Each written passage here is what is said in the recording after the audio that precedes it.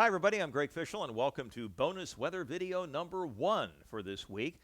And we're going to be taking a look at temperature, dew point, and humidity, and we're going to try to make the moist of our understanding. Well, I hope that didn't drive you away so you don't see the rest of this. All right, so let's go on ahead now and dive into this a little bit, and here we go.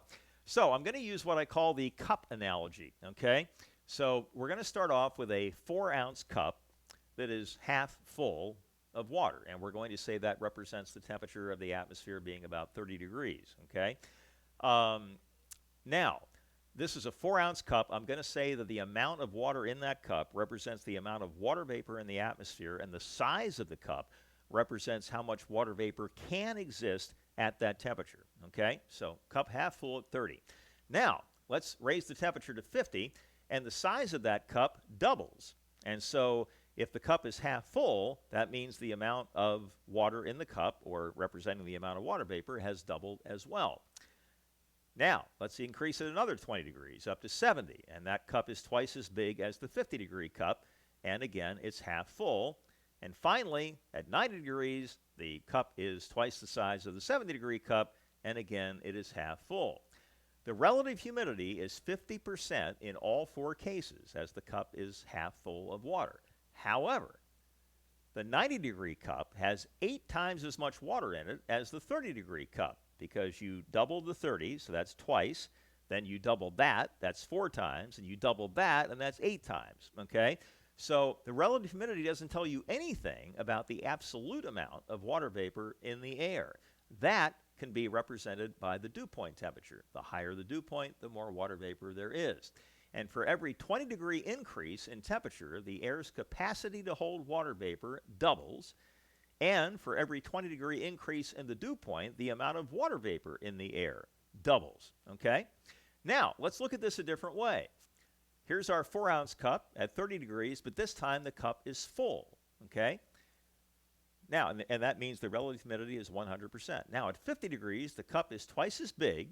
We have not changed the amount of water vapor whatsoever, but the cup is now half full because the cup is twice as big as the 30-degree cup. So that means the relative humidity is now 50%. Now, at 70 degrees, the cup doubles in size once again over the 50-degree cup, and that means now that same amount of water vapor only occupies 25% of that cup. And at 90 degrees, same amount of water vapor, cup twice as big as the 70-degree cup, now the relative humidity is 12.5%.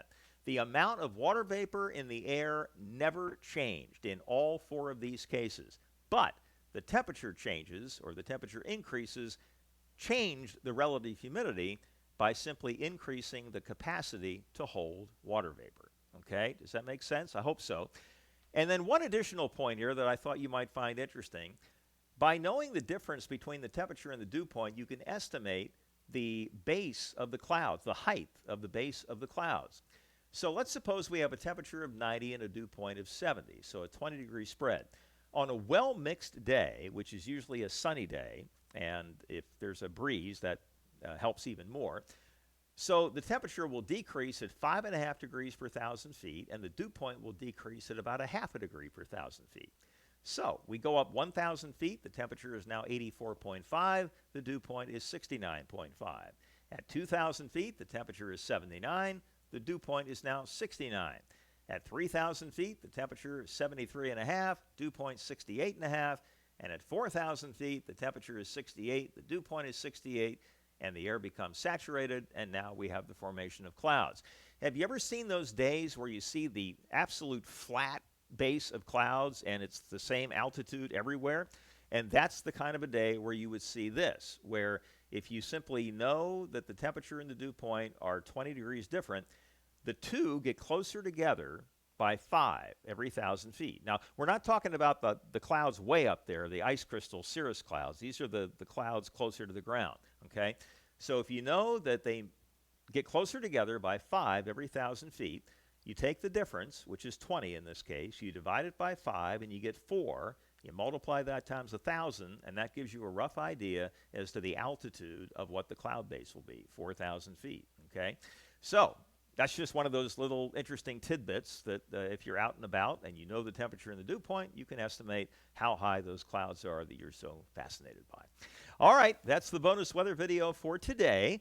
I hope you enjoyed it. We'll have another bonus weather video coming up on Friday and another daily weather update, of course, coming up tomorrow afternoon. Hope to see you then. Y'all take care.